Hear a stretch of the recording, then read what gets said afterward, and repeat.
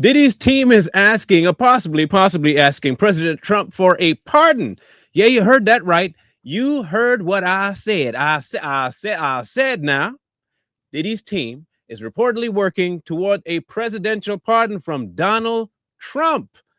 Now, if you remember everything that Mr. Sean Combs has said about Donald Trump, regardless of being his friend back in the day, you would think to yourself, there is no way you're getting a pardon. You said the man needed to be removed, gotten rid of.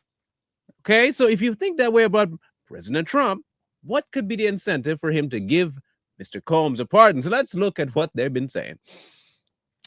As Sean Diddy Combs' federal sex trafficking and racketeering trial continues to intensify, sources close to the embattled music mogul says his inner circle is working quietly, angling for a presidential pardon. Wow. From none other than former U.S. President Donald Trump. Current U.S. President, by the way, just so everybody knows he is still currently present. While Combs has publicly distanced himself from Trump in recent years, insiders say desperation has shifted his tone behind closed doors. Desperate times call for desperate solutions, they say.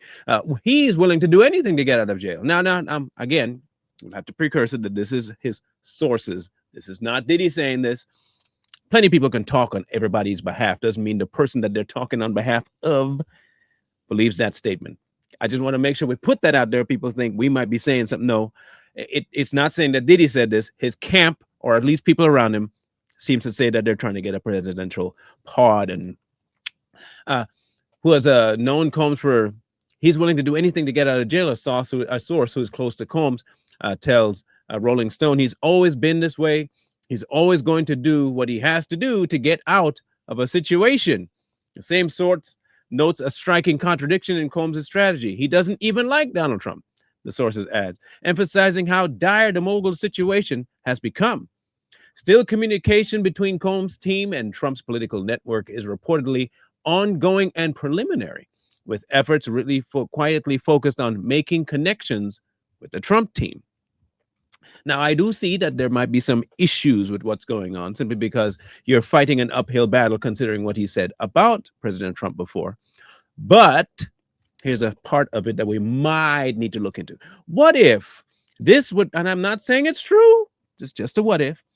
What if this might be a way for Trump to say, yes, I'll pardon him because of the implications in the race issues that he might be facing? Could it be that he can say, I'm going to pardon him just like he did with ASAP Rocky and a bunch of these other guys? I'm going to pardon him. And then hopefully that will give me a leg up in the community. Secondarily, does he need that leg up in the black community? And is pardoning Sean a way to get that? Right now, the community is a little bit split of the view of Mr. Combs. Either they don't like him for what he's done, or they see him as a target because of his race. Either there are a split also between the males and the females that see Cassie one way and see him another way. There's a mad split. There isn't, I think, one outweighing any really exponentially, maybe more that most people think he should pay a cost for what he did, but there is still quite a bit of people that think he's being targeted. If Trump uses that as his idea for the pardoning, that's it. Well, since he's being targeted, I can get a leg up. Maybe, quite maybe, that would be the angle that Combs' camp goes through. One insider even admitted that the words deep state came up once or twice, alluding to the kind of language often used by MAGA-aligned circles to describe government overreach. Like we were saying, maybe they can look at it as he was a target by the deep state. That would be a great way to get into the ear of the current administration. While their current relationship may seem opportunistic, Trump's and Combs do share a decade-long history. In a 2012 episode of Celebrity Apprentice, Trump referred to Combs as his friend, saying, I love Diddy. He's a good friend of mine. He's a good guy. When he was pressed, contestant Aubrey O'Day, formerly a Danity Kane and Bad Boy artist, for her opinion, she replied, I don't want to answer that question. I'm a full-blown effing story of that. Still, Trump responded, I'm going to stick up for him. Now, could his history with Trump, regardless of what he said in later days, play a key role in his pardoning? Secondarily, is there something that he would need to be pardoned from if he doesn't get the kind of time he might be thinking he could get? Are they just hedging their bets, putting it out there? If he does get such and such a punishment for the crime, would you consider pardoning him? If it's time that he can live with, they may not request a pardon, and he will never have to swallow his pride to deal with Donald Trump. This could be one of those situations. It might be that you end up seeing that, yes, there will be a pardon popping down. And what will the people who are against it think? What will the people who are for it think? Will that actually gain Donald Trump any kind of leverage over those people? We don't know, because it could be that they get what they want, but still not like him because he's just who he is. There are some people that like him now. When he does it, they won't like him anymore.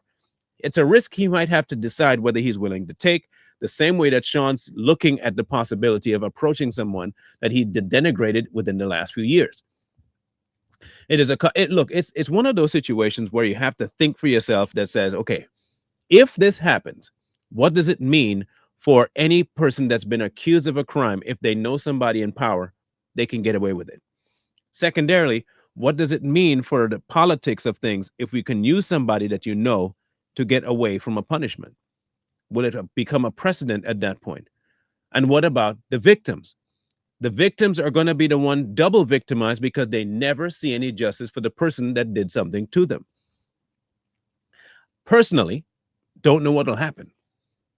It could go either way.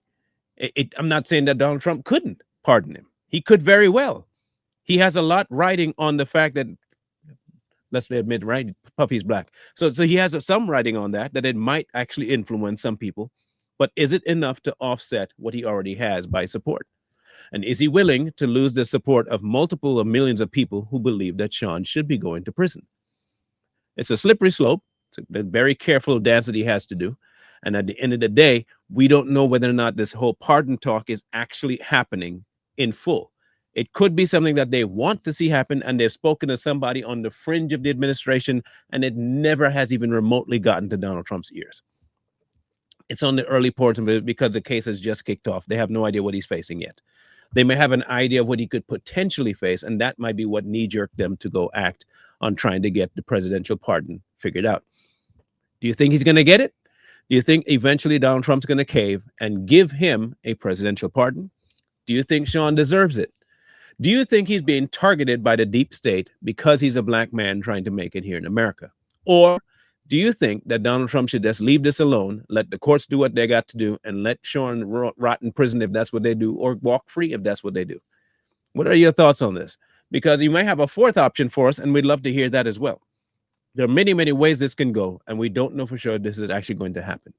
But whatever your thoughts are, please leave them in the comment section below, because we would love to hear your view on this one. Training athletes, build leaders, changing communities.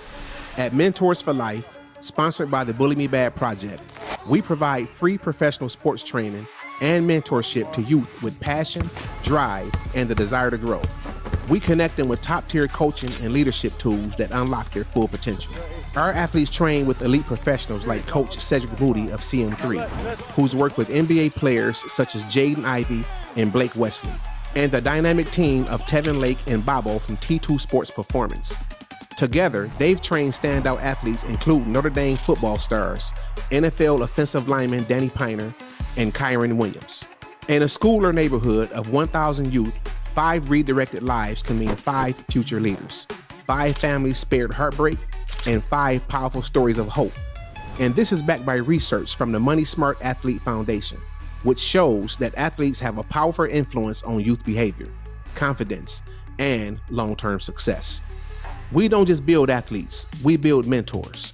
High school students who complete our program will become certified Mentors for Life members and will be paid to speak, lead, and coach the next generation. To support Mentors for Life, all you have to do is click here if you're on a mobile device, or click here if you're on a computer to donate or learn more. Or you can reach us directly at mentorsforlife574@gmail.com. You can also subscribe to our YouTube channel, Mentors for Life. Donate today and help save our youth.